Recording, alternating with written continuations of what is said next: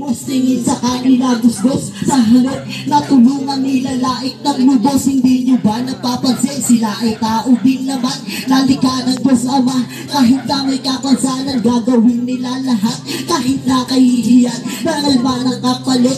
Basta makakain lang 3 beses sa isang araw ang palagi na hiling. Kahit na ang paningin palagi na lang madilim, hindi man lang makita kulay ng ating mundo. Kung minsan mapalad pa sila sa dami ng gulo. May mga mapag-api, magdanako kriminal sila. Yung may mga mata kaso ugali animal. Mapalad ka, kaibigan ko kanila pakikinggan. Bulag ka ba ng isi nila, mapalad ka sa sino man.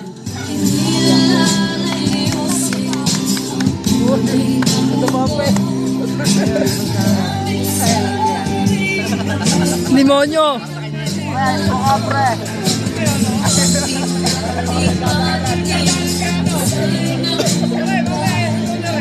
Ito ka Jayam, bigyan kita.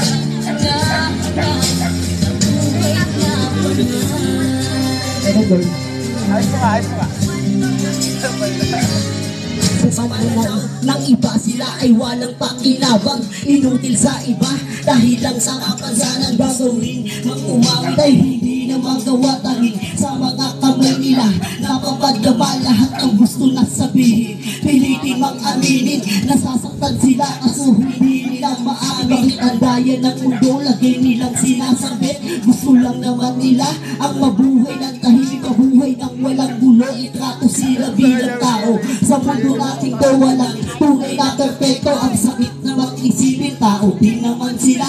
Di dapat naputyain, bagos sangaan pa diba? Kaso sa panahon ngayon, sa matang mapangusga, basta mahirap ay alipin ang tingin nila duka. 10 mga daliri, diyan kanila pakikinggan. Hindi ka ba nag-isi nila, mapalad ka sa sino man.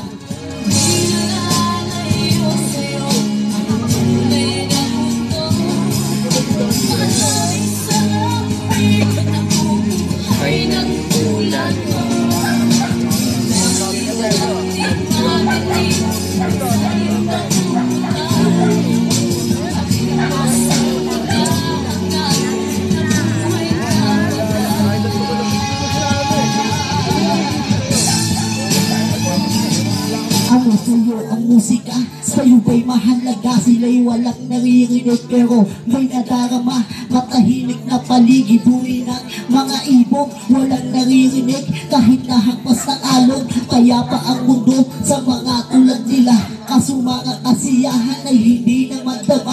Walang tunay na kaibigan, maayos na tahanan. Tanging masayang pamilya ang nagsisilip sa dala. Sila yung mga inosente na malimit biktima ng mga mapanghusga at mahilig manguna. Sa simple kong awitin ay bigyan nyo ng puna. Nang paisip mo na minsan tao din naman sila. Huwag na sanang husgahan yung mga tulad nila. Tulad mo at tulad niya, tulad din tayo nila. Sila yung dapat nahangaan ng maraming kabataan. Mabuhay ng maayos kahit na may kapansanan. Hindi ako makapalakpak, pre.